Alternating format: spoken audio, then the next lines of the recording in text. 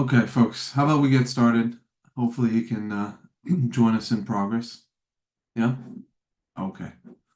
So, hello everyone, and thank you very, very much for joining us. My name is Shai Edelson. I am one of the founders of Fort Health. We are a mental health company providing behavioral health care for children and families. We also provide educational materials and educational sessions. Each month, we bring together clinical leaders and experts to discuss a topic that affects the mental health and well-being of our children and impacts our society. Our goal is to provide skills, provide actionable advice based on clinical evidence and scientific evidence, and our hope is that the information we provide can help drive positive change. This afternoon, we're going to discuss why and how we must drive that change in the educational and social outcomes of boys and young men, and why this is essential, not just for them, not just for their parents, relatives, and loved ones, but for society as a whole. Now, let's start from the economics. In terms of labor force participation, it has been declining among young men without a college degree, especially, and less men are attaining these degrees. Right? More in education, 50% more women than men are enrolling in US colleges, and their graduation rates are less than 11%, or 11% lower than that of women's. So that's later on in economics, labor force participation, and higher education. But the gap actually starts much, much earlier. By the third grade, female students outperform boys by roughly half a grade level. By the end of the eighth grade, girls are almost a full grade ahead. Boys are also 2.5 times more likely to get suspended from school. And the list of data points goes on and on and on and on. So either there is something inherently wrong with boys or systems are failing them. As a society, we must operate under the assumption that the latter is correct. Our systems are failing boys and young men. Because as Frederick Douglass said, it is easier to build strong children than to repair broken men. And paraphrasing his words, it is easier to fix educational systems that fail young boys than to fix the political, the governmental, the media, and the economic systems that are being torn apart, due in some part to isolated, economically insecure young men. So we said, this is technically our back to school event. We're focusing on a topic relevant to 50% of the population because that's the 50 that needs more help right now. And if we don't help them, then the implications are to 100% of our society. And we have quite a good panel today to discuss how we can help with that. Why don't we go around the room here? Let's start actually with Lindsay, a woman who has empathy for the challenges of young boys. Hi, everyone. My name is Dr. Lindsay Henderson. I am a clinical psychologist and the founding clinical director at Fort Health, where our whole mission is to help children's, teens, and families with mental health and emotional wellness. I am the mother to an almost 9-year-old boy and a daughter as well. So I think many of us are speaking to you guys both as professionals and as parents. Excellent. Adam? Hi, everyone. I'm Dr. Adam Zamora. I am a neuropsychologist at the Child Mind Institute. I also oversee a lot of our treatment for boys and girls with ADHD, and I work with a lot of college-age students who have ADHD and executive functioning difficulties. I run our college success program at the Child Mind Institute. Child Mind is a nonprofit organization and clinic that does research and treatment for kids to young adults in the New York and San Mateo areas, and we are expanding our reach to Greece and to other aspects of the globe, and reducing the stigma around mental health and increasing access to care and resources and treatment is a big part of our mission. Excellent. Oh, and I have a young boy actually. He is almost 4 years old, and some of what we're going to talk about today might be very relevant to what I'm going through as a parent as well. Wonderful. Matt? Thanks. Great to be with you all. Love that we're talking about this topic. I'll start there with my most important expertise, which is that I'm the dad of a 15-year-old boy, who's bigger and stronger than me, but sometimes uh, reminds me of a kid who's much younger, and sometimes of a person who's much older. That's I'm coming to that with that experience and relative expertise as a parent. And I'm also a child psychiatrist. I am the chief of the Division of Child and Adolescent Psychiatry at Georgetown University Medical Center in Washington, D.C. And I'm involved with clinical care and research and training and education. And I also direct a new center at the university that's called the Thrive Center for Children, Families, and Communities. And we do work across the country and some international work as well around child development, early childhood, mental health, and care for individuals with disabilities. So really glad to be a part of this group. Wonderful. We have a missing panelist. We're trying to figure out what happened with him. But I want to keep us going. Hopefully you heard the preamble. Hopefully you're here. We have just about 1,000 people here because you understand and agree with what the data says about boys failing academically. So I want to jump in straight into why that is happening. Okay, and I want to examine it from different angles. So maybe let's start with you, Adam, with parenting. How do early childhood experiences and family environments impact boys' learning abilities? I mean, almost anything that goes on in early childhood can impact so many things way down the road. But I think a lot of the way that, school starts 3 years old, 4 years old for these kids. And in many ways, boys are not necessarily as developmentally ready as girls are in terms of their social skills, in their ability to kind of sit still for longer periods of time.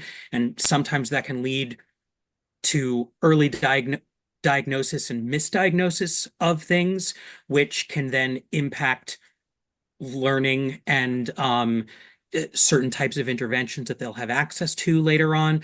But really, if we think about what society as a whole rewards boys for versus what they reward girls for, even at a very early age, boys are rewarded for being more active, for doing more experiential things. They're praised more for these things.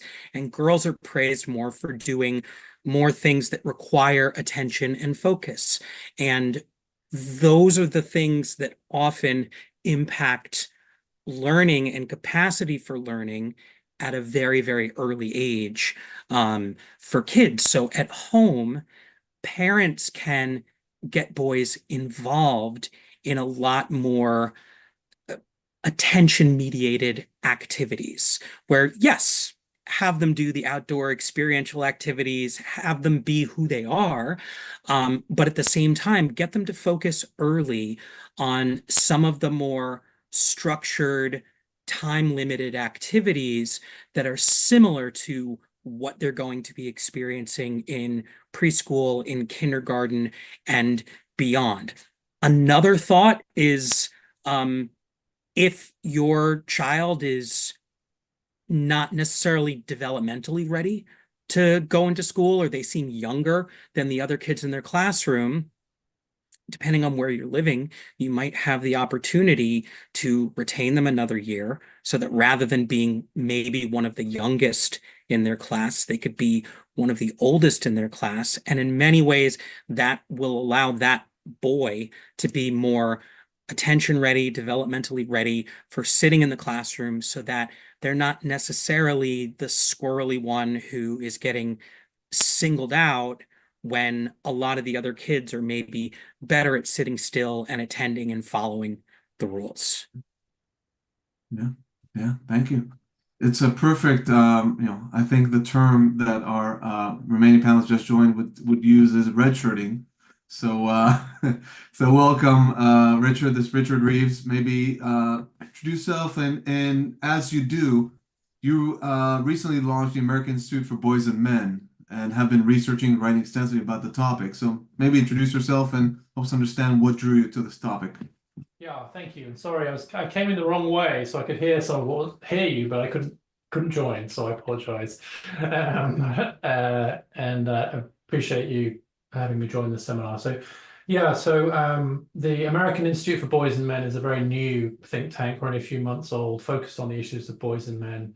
And we're the only one that's doing that. And the reason I was drawn to that work, and it led me to write a book in 2022 on the subject as well, is that just the mounting evidence that we're seeing a number of issues facing many boys and men in education, of course, but in other areas too, in terms of mental health, employment, even in family life. And that if that was getting attention, it wasn't getting, in my view, the right kind of attention.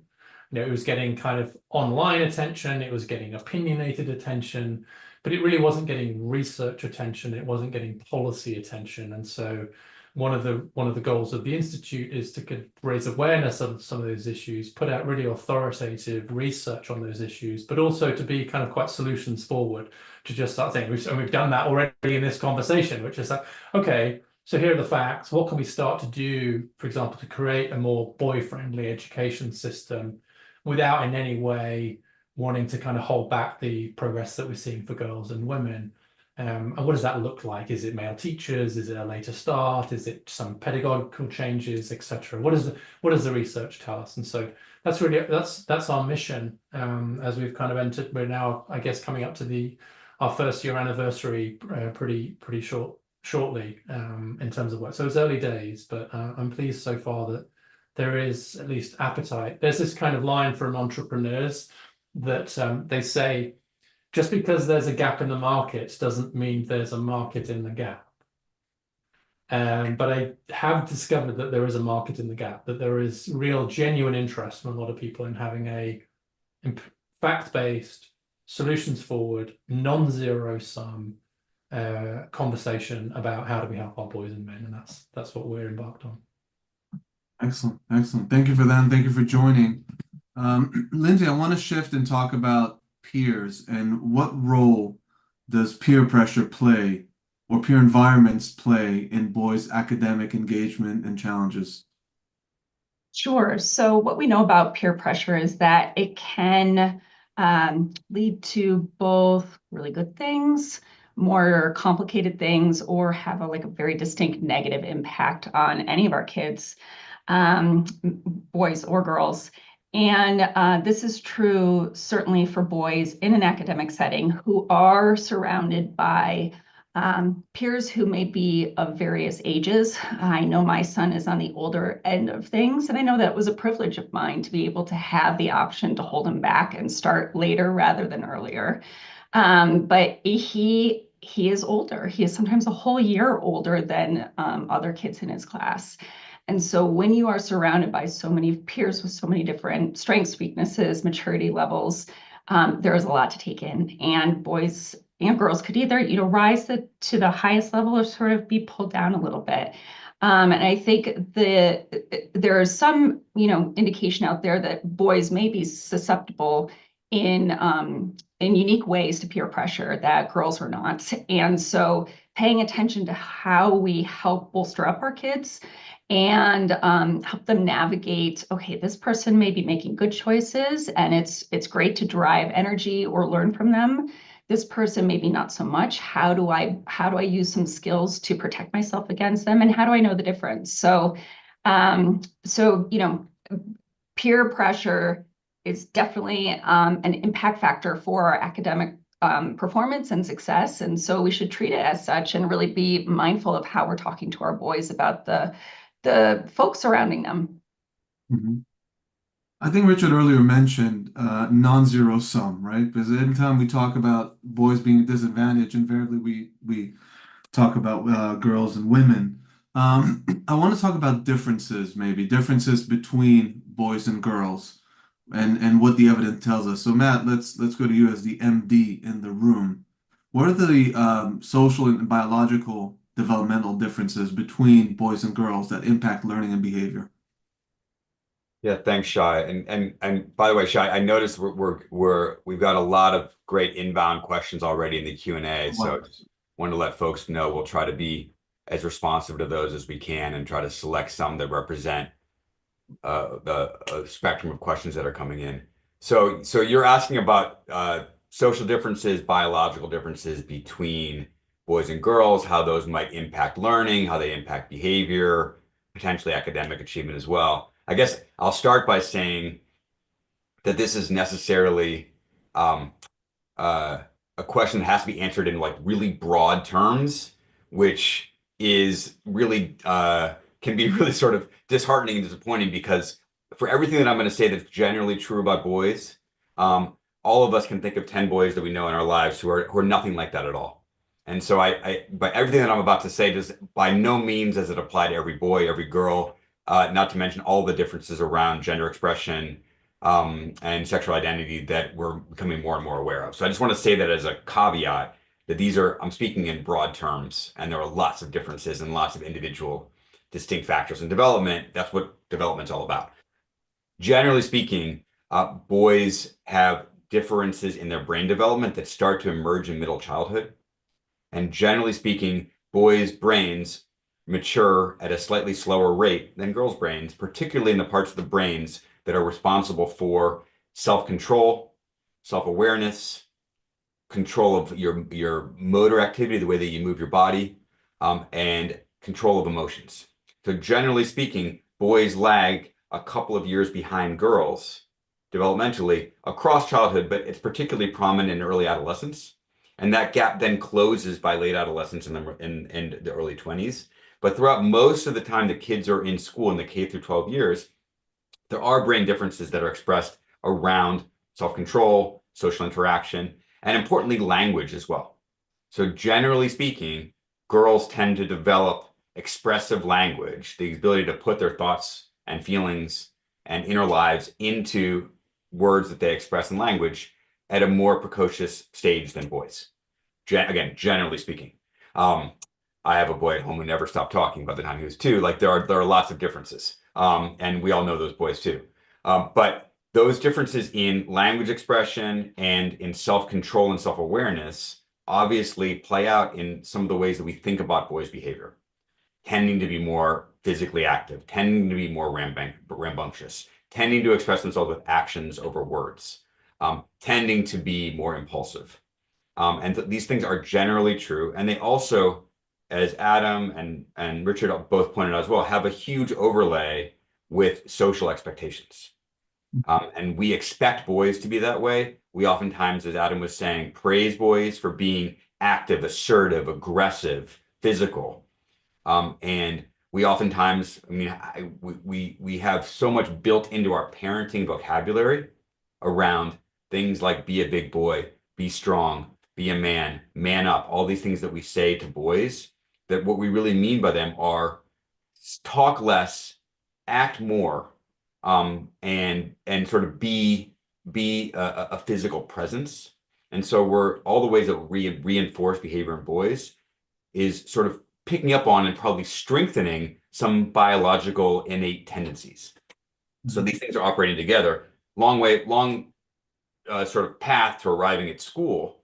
And what's rewarded in most school settings, in most Western educational settings, is sitting still, being quiet, exercising self-control, picking up on verbal cues from people in the front of the classroom, being responsive and self-directed, and demonstrating a lot of self-control and cognitive control.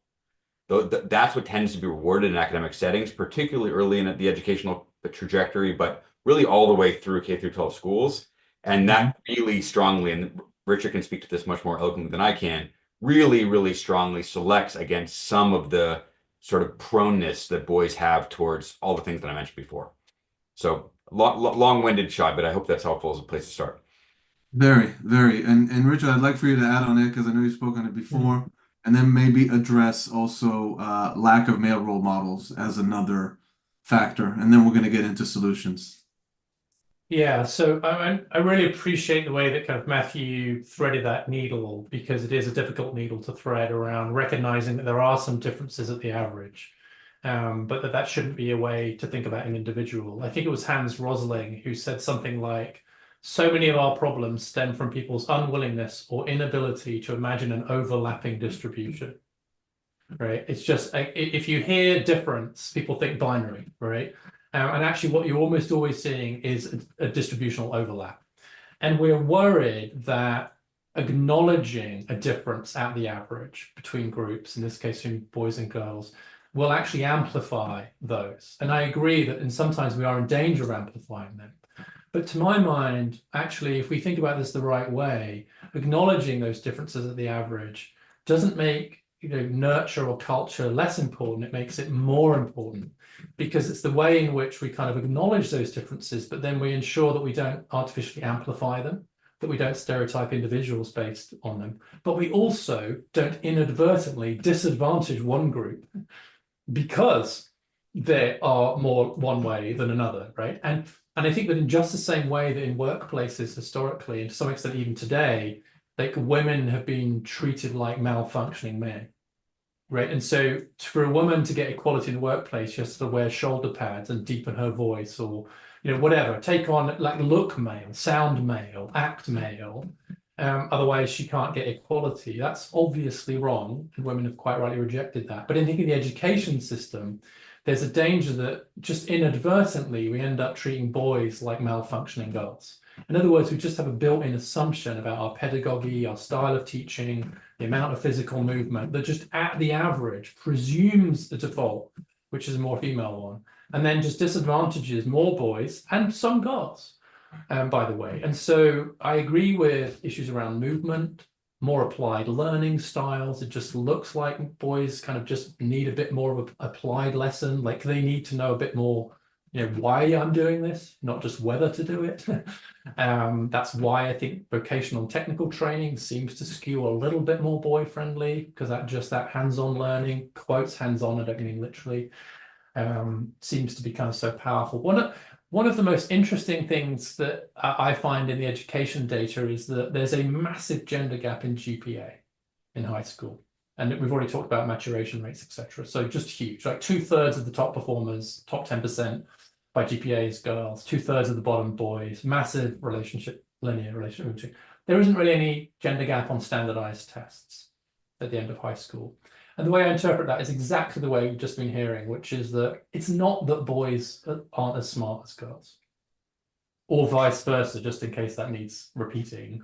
It is that the sorts of skills that help you get a better grade in a class, turning in homework, remembering the assignments, being more organized, deferring gratification, executive functioning, forward planning, they just develop a little bit later in boys. And it turns out that the years, as you just heard from Matthew, the years in which that gender gap is biggest are actually some of the most consequential for educational outcomes, because it's what will affect your GPA, whether you're kind of heading towards college. And that's a kind of new problem that we've only seen emerge as we've reduced some of the artificial barriers to girls' progress.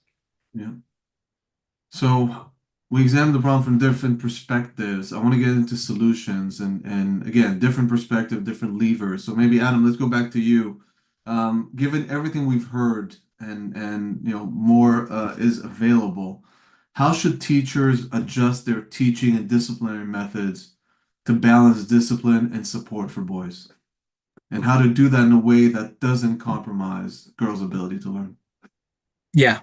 I mean, I think a lot of it is very basic behavioral principles, supporting and encouraging and reinforcing positive on-task behaviors while ignoring and setting certain limits and consequences for off-task behaviors. But that doesn't mean disciplining in public. It doesn't mean like actively calling out the boys who are misbehaving. There are different ways to adjust the classroom environment so that maybe some of the squeakier wheels can sit in the front of the classroom, where it's easier to give them nonverbal sort of like prompts and cues, so they're not being singled out amongst the larger group. Also putting kids with other kids who tend to be a little more on task. So you can do some peer modeling so that those children aren't necessarily getting singled out, because a lot of what happens is that kid gets called out in class, they might get sent out of class, or they might have a behavioral aid or a paraprofessional. And there are a lot of things earlier on that can set that kid up as an other rather than fitting in with the rest of the classroom. And it can make it harder for them to connect and engage with the curriculum, with their peers, with their teacher as well. And, there need to be rules, there needs to be structure, there need to be limits in the classroom. But often we reward negative behavior more often than we actually do positive behavior. When you're doing what you're supposed to be doing, very often you're not getting attention from teachers or from parents sometimes. And conversely, that's why some girls with ADHD can go undiagnosed and ignored, because there are kids who require more behavior management in the classroom and they're getting called out, while you have these other kids who are maybe more compliant or seem more compliant, and they're not necessarily getting the attention they need. So I think figuring out ways to create more structure and consistency in the classroom environment. If it were up to me, we would have a much bigger budget for the public education system, and we would have more teachers, smaller classrooms, more specific education around behavioral interventions and structure and reward system for teachers. But things like daily report cards. So if there's a child who might have certain behaviors that you want to see more of and see less of in the classroom, creating some kind of behavior plan for that child that the teacher is in on, that maybe there's an assistant teacher in the classroom who's in on.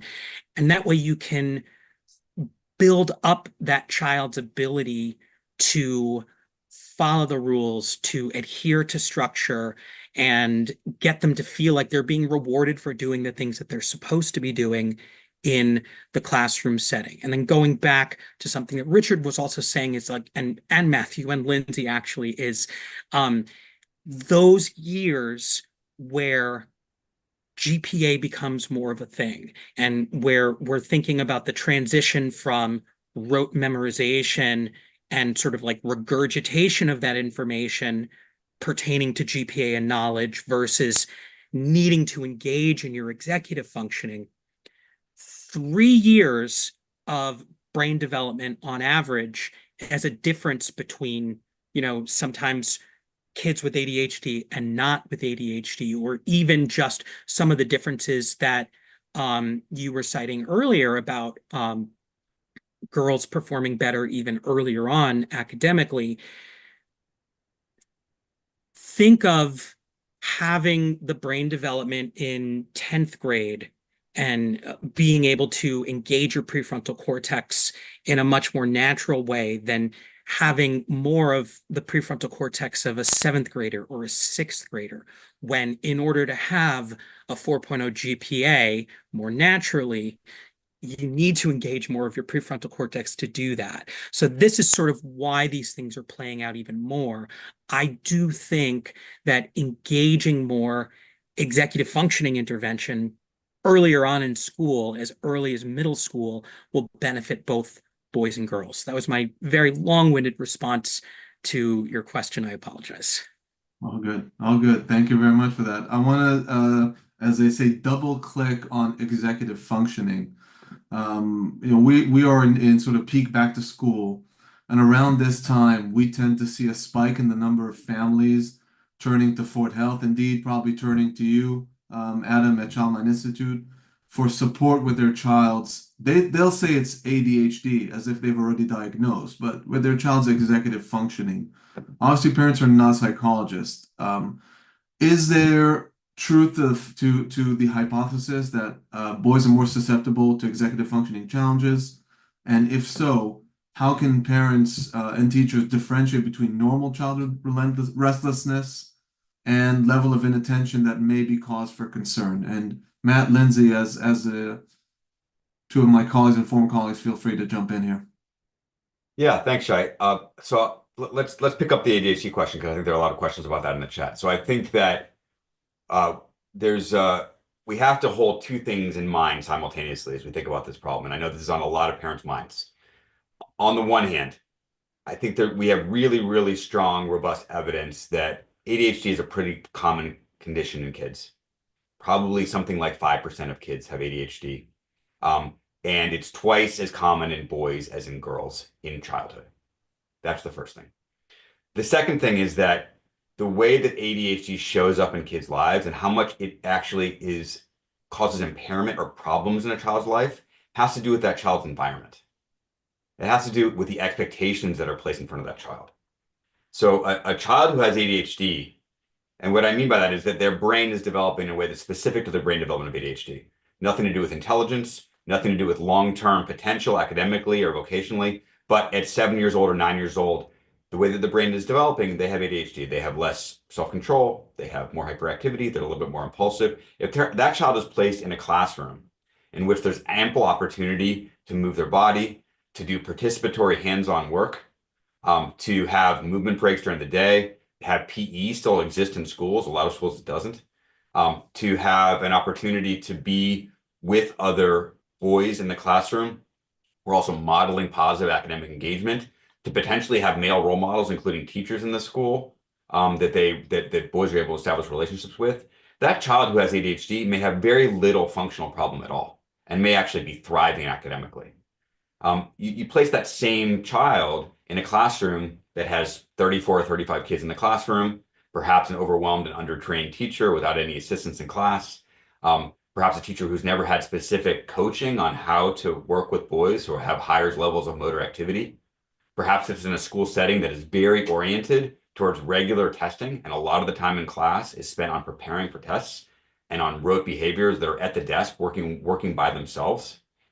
With very little opportunities for movement breaks and no PE and no art and no other activities during the day that provide sort of a break from sustained attention, that may be a kid who really, really struggles.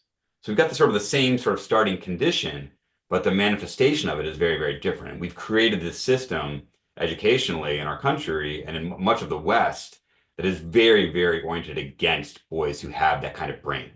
And it doesn't have to be that way. And so sort of getting to solutions, I want to hear what Lindsay says too, but I think that what we need to do, certainly the five of us who are in position to be advocates and public educators, is to be advocating for schools to be more responsive to the needs of boys, to create structures, to create training, to create a responsiveness to boys. I think it's actually the same is true, I'd say, Lindsay, in our mental health clinics, our mental health settings, that we need to have treatment modalities and treatment approaches that boys respond to. And that may not be sitting in one-on-one psychotherapy with a therapist, for example. There may be different ways of engaging with boys that might work better for a whole range of mental health conditions. So I think that we can be the advocates, the five of us, but I think the folks that are on the line who are parents, grandparents, teachers, social workers, you can be advocating for this kind of thinking on behalf of your kids and in the places that you work to say, what are we doing for boys? How are our boys doing in our school system? And what are we missing? If they're not doing as well as they used to be doing, what are we doing wrong? And how can we address that? What can we do differently? Let's learn about that. Let's get smarter about what boys need in our setting. Lindsay, I'll pass to you. I'm curious about your perspective on that as well.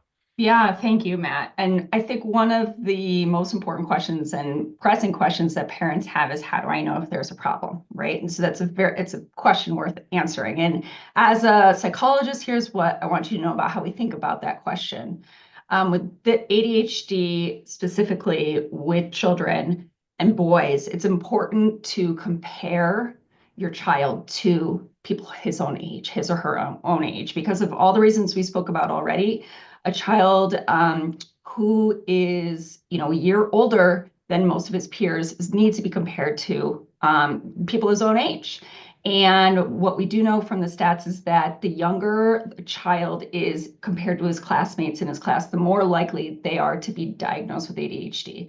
So that young boy, that young female compared to his other classmates are more likely to be diagnosed with ADHD. The second thing is to think about ruling out other factors. There are a lot of things that contribute to what looks like inattention or impulsivity. Learning disabilities, anxiety, stress at home, mood disorders. So there are lots of things that could look like ADHD or attentional problems that really aren't, which is why a professional is important. And then we want to look at things like, is this behavior or these struggles occurring in more than one setting? So is the child struggling both at school, where we've kind of set up an environment and a system where it makes it hard for certain children to succeed? Is that the only place they're struggling? Or are we also seeing it socially, where this child has a hard time taking turns and, going with the ebb and flow of a social friendship, and so they're not getting invited to play dates, or they have a hard time on a team sport, or at home they're having such tantrums when something doesn't go their way that it's really impacting the family. So those are 3 different environments that we would look at. We're looking at, is this something that happens persistently and over a period of time? So anyone can have a bad day or have an adjustment period where stuff gets rough. But this is a pervasive brain sort of setup that is not going to be temporary. It's going to be something that persists over time. And finally, is this causing a disruption in their functioning? So is it causing enough distress where not just their school or their academic performance, but also their social, home, emotional, sleep, eat, they're all the things that make up our full lives, that it's getting impacted, that relationships are tough, new things are tough, transitions, routines, etc. So those are the things that I think about as a professional, and I would want to know, not just from one teacher, but from all the teachers that touch this child, not just from the parent or a quick pediatrician visit, but from other caregivers, other sports coaches. Like, what are we seeing across the board that all kind of comes together to make up our, our big picture assessment of this child and their needs? So, in conclusion, parent, thinking about those different factors, but also seeking the support and partnership of a professional to really do an appropriate kind of history and assessment of this child's struggles to figure out what fits best to get their needs met. Yeah. Thank you for that. That was comprehensive. I want to go bigger picture systems thinking. So I'm going to combine a question with an audience question for you, Richard, for you. What specific policies need to change in the educational system to improve boys' chances of success? And now the part from the audience, and why do you think this change is not happening? Well, I'll do the second first. I think the appetite for sort of policy change, and I mean that at like a classroom level, school level, system level, as much as at a higher level, is because I think that really the evidence for the falling behind of boys, and especially boys from kind of less advantaged backgrounds, is really just only really being come to terms with relatively recently. And for a long time, I think that the whole question of gender equality in education has, for understandable and good reasons, focused on outcomes for women and girls. And so this is a bit of a mindset shift, or as Ezra Klein refers to it, it's a narrative violation, right? To start saying, hold on, we A, collect the data, and B, look at what's happening to boys. So I think there's just a perfectly honorable reason why this is just a difficult transition to make. That's why it's kind of hard. And then in terms of like the sorts of things that we've already talked about, I think at least having the option to start kids later in school for these developmental reasons, kind of red shirting, and there's a bit of confusion in the chat about that. Like that's very often associated with athletics, right? So that your kid is like bigger and stronger and faster, but actually at least half of it now is academic red shirting, which is to kind of just give this the gift of the extra year. And to be clear, I think that should be in pre-K. I think it should be in kind of really, rich environments. So I think at the very least having that option. I think, and we've alluded to this already, but I think that the decline in kind of more hands-on learning styles, more vocational training, etc., that's been bad period, but it's been particularly bad for boys because they do seem to do a little bit better in that environment. I think the decline in extracurricular activity, and especially in sport, it's interesting, like that's going down for boys. It's going up for girls, even though the lines haven't crossed. And so the decline in the share of boys who are doing extracurricular, sport, physical activity, which, by the way, is related to my next issue, which is male teachers, because one reason for the decline in extracurricular sport is a lack of coaches. And it turns out that the main supply line of coaches, particularly for male sports, is male teachers. Between 30 and 50% of male teachers in K-12 are also coaches. So Tim Walsh, the current Democrat VP pick, was like, he was quite common, normal to be like a teacher and a coach. But he would be increasingly less common to be a male teacher in the classroom now, because the share of male teachers has dropped from 33% to 23%. And the drop has been most acute in high school, Now it's still highest in high school, but actually the decline in male teachers, and it just happens year after year, the numbers come out. And I've come to believe that that's a kind of tipping point moment, 23%, and that actually for boys to see men, particularly maybe in subjects like English and literacy, where they are struggling the most, and so that avoids the sense of like this being coded as female. Like one of the great statements out of the women's movement was, you can't be it if you can't see it.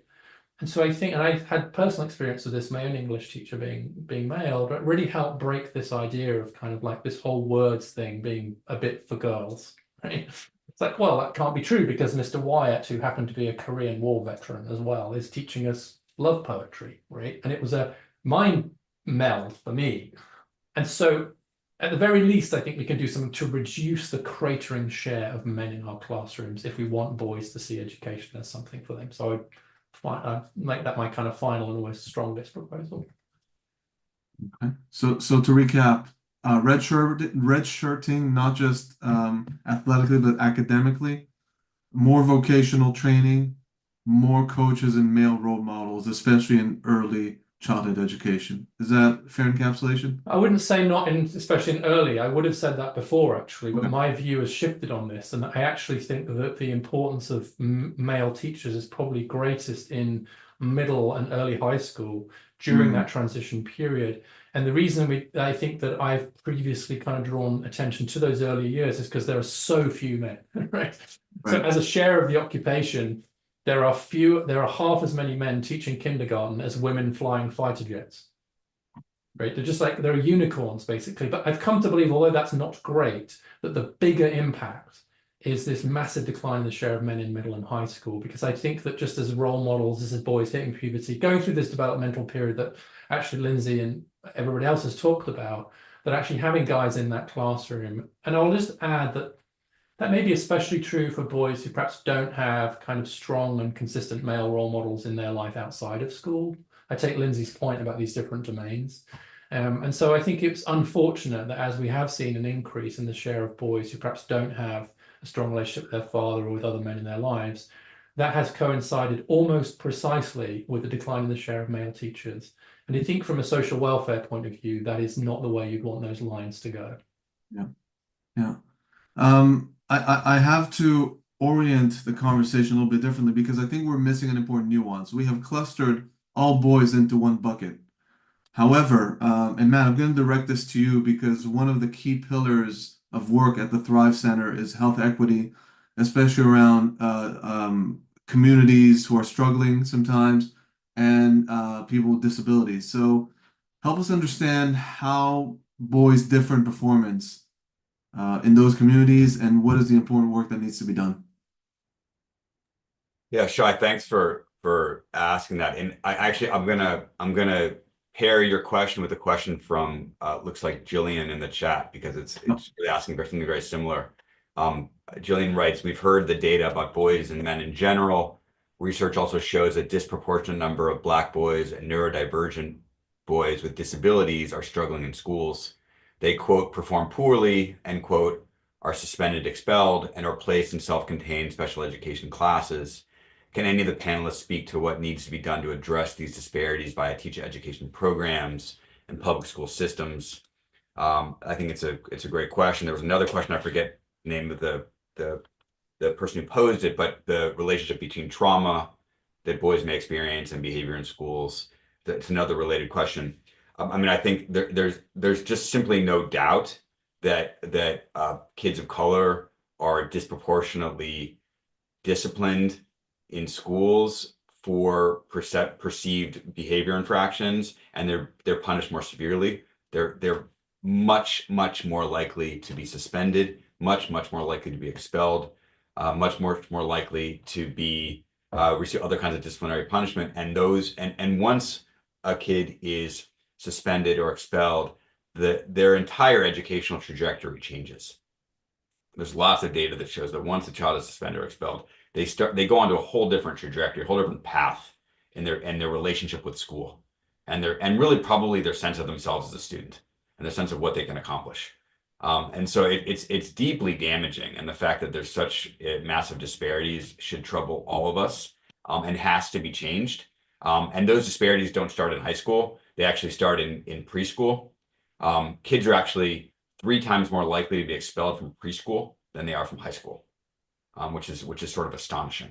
And so it really starts very early on. And so there's lots of work that's happening. Our team does lots of work in schools, and a big part of what we're doing is addressing directly the need for better education about these issues, for alternate strategies around discipline, for alternate ways to conceptualize behavior.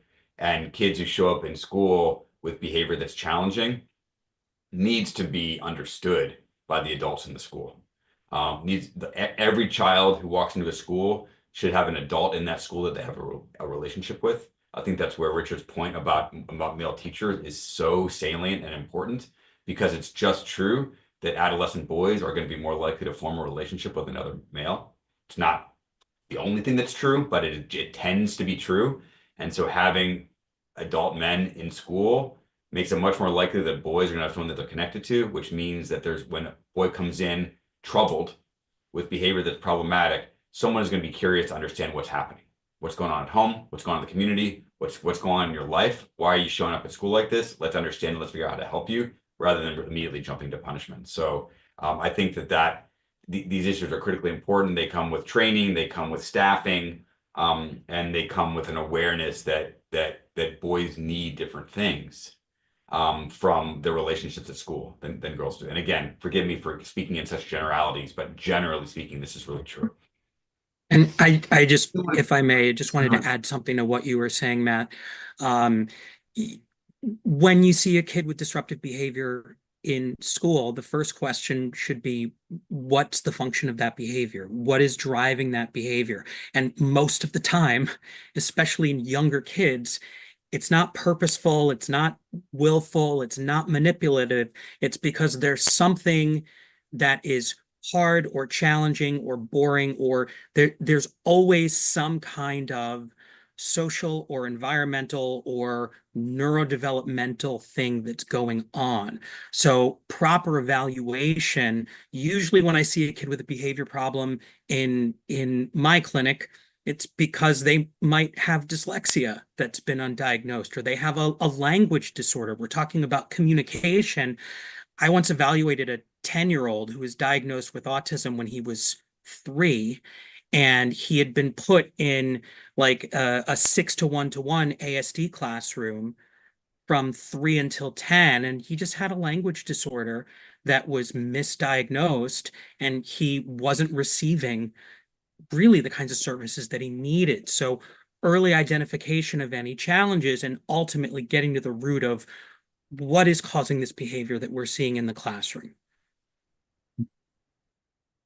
Thank you. I want to build on something that Matt said and tie it to an audience question. So if the needs of girls are so different from the needs of boys, and I'm paraphrasing the audience question, is there merit in single-sex schools? Yes, this question comes up a lot in these debates. I think it's good that it was asked. I want to underline the point that was just made about, again, we can probably at some point assume on the average, and the audience understands what we're saying. But this, and I'm trying to remember the name now, it'll come to me, the psychologist showing that kind of on the average, boys are more relational learners. And so the kind of way they think, I need to know who before I know what. And they actually, and that's a bit counterintuitive, I think, for a lot of people, right? Because actually the relationship with the teacher and the relationship with the adults in the school turns out to be kind of more predictive of boys' educational success than for girls.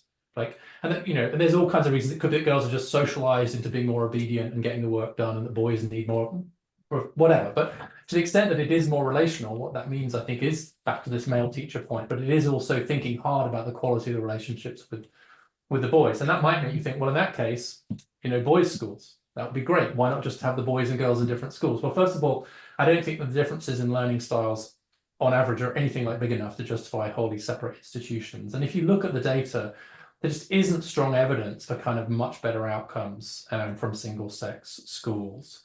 And when I talk to parents or I go to single-sex schools, particularly the ones who've chosen it for boys, it is actually because they just sort of feel like the mainstream education system isn't just doing some of the things we're talking about here. And if it was, they wouldn't feel the need to, right? So the single-sex schools, they typically have more male teachers. They do think a bit more pedagogically about these relational things. They tend to be a bit better about physical activity. So they're just more intentional. But there's absolutely no reason why mainstream education can't, and in many cases does do that.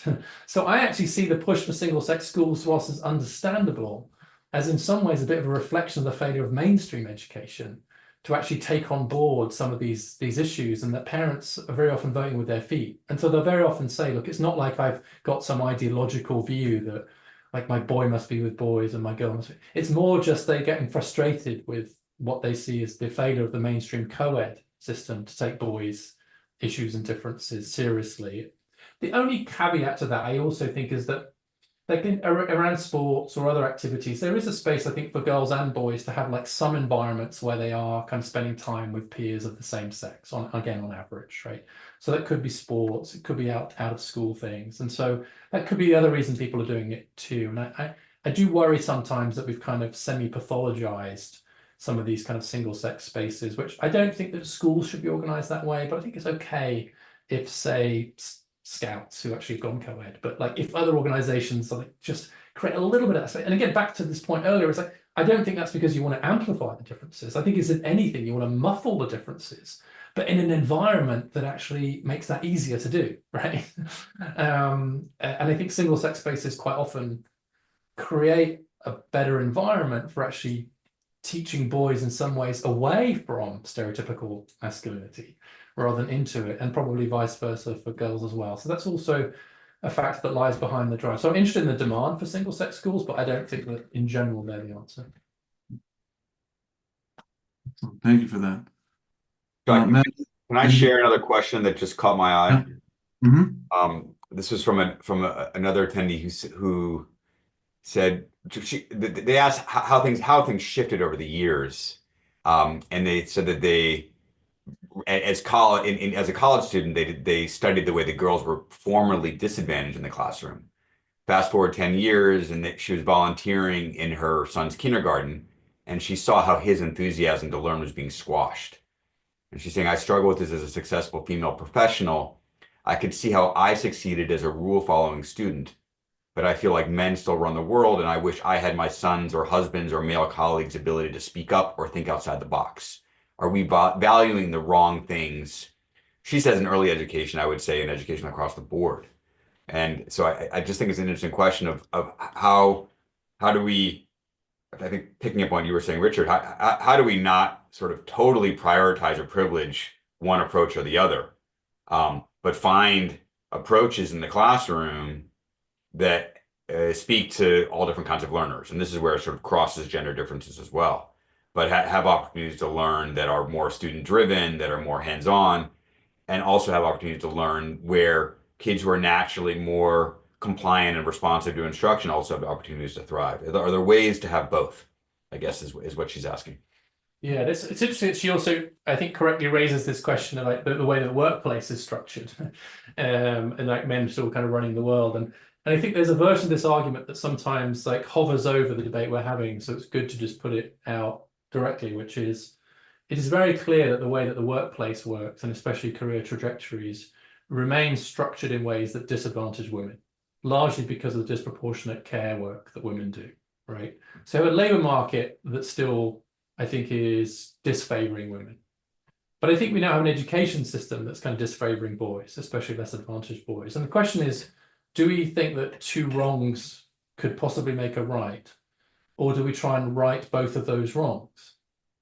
Because I don't think we want an education system and a labour market that actually kind of do both. And there's clearly lots we need to do over on the workplace side. And I also think this point about like, how do we get a culture, a climate, which is just inclusive, which isn't inadvertently skewed against one another? Because I don't think that most companies who have career tracks that disadvantage parents are against women, right? It's because they designed those institutions without women in mind, right? And now they have to change them. And it's the same in the education system. Like, no one here is deliberately designing things that are going to hurt boys. Nobody. It's just an inadvertent consequence of having a mindset about this that is just leading downstream to it. So that's the goal, is to create a culture that will be good for both. And again, some of these changes will really help some girls. Like I think Lindsay's point about like missing some of the diagnosis in girls, right? There are girls, maybe more towards the tails of girls, but that'll be really helped. And by the way, there are some boys who don't need some of this stuff too, who benefit more from some of the things we're doing to help girls. So. Before we sign off, there's been a tremendous amount of follow-up questions about pathways to diagnose and treat ADHD. So maybe Lindsay and Adam, can you just give a brief overview, crib sheets? I'm a parent, I'm concerned about hyperactivity and inattention. What do I do? Sure. So professionals are there for a reason, and we can help you to navigate who are the people you need to ask, how do you ask the questions, what are the tools, surveys, checklists that we use in order to gather the info we need to make an appropriate diagnosis. So in short, looking towards a professional who really knows what they're doing with kids and not just adults, but kids and teens. Adam, let me kick it to you. I know we're short on time. I want to hear from you too. Oh, yeah, absolutely. I mean, there are professionals who work with primarily an ADHD population. And so sometimes there are pediatricians who are more than capable of diagnosing for ADHD and pointing families in the right direction, but very often it's psychiatrists and psychologists and social workers who are trained to evaluate and work with this population specifically. But as Lindsay, you were saying earlier, like you can't just go to one source for information. Part of a comprehensive diagnosis is collecting information from parents, observing the child, collecting information from teachers or coaches or speech language pathologists who are working with the child in different environments. And then also I'll make a plug for a neuropsychological assessment, because very often that can help to delineate and tease out, whether this is ADHD, something else, or all of the above. Excellent, thank you. And hopefully, Patricia, hopefully that just answered your question about neuropsych. I know we're at time, but the questions keep coming in, so I'm just going to ask one more here. So Richard, you obviously you wrote Of Boys and Men in late 2022. It came out. I want to imagine that we just jumped 15 years into the future, and every recommendation you made in that book, in your talks, every recommendation that we have made, you guys have made today, has been implemented. How is our world different? Let's end optimistically. Can I make a plug for ensuring that we have good evaluations of any of these proposals that we try and implement before we scale them? Because I think the truth is we're in the foothills in some cases, I think, of understanding what the best policy solutions are. But honestly, I think it would partly be to have, like, if we're having conversations like this, which are they're non-zero sum, they're fact-based, they're like forward-looking, positively framed. Just into a world where we just look at the data, we look at like which groups are struggling in which way, and then say, okay, what are the solutions that will kind of work for that group in particular? And so I think that the world in 15 years is where gender gaps in education and other areas too, we look at them in both directions, where the data points to it. We intersect it with other issues around race and class and disability status, etc. And where we essentially just approach these questions of like, who's flourishing, who's not, who's facing obstacles, who's not, what can we do about them, in a very, very straightforward, pretty empirical way, and that we've freed ourselves of any presumptions about knowing in advance which groups are struggling most or what the solutions will be. So I think we're a little ways off that. But that will be real progress. And I think that will honestly be a gift of the women's movement as well, that has really kind of got us to a place where we can start to look at this kind of a bit more in the round and allow ourselves to be led by kind of data. And in that sense, my real hope is that this debate becomes really, really, really boring.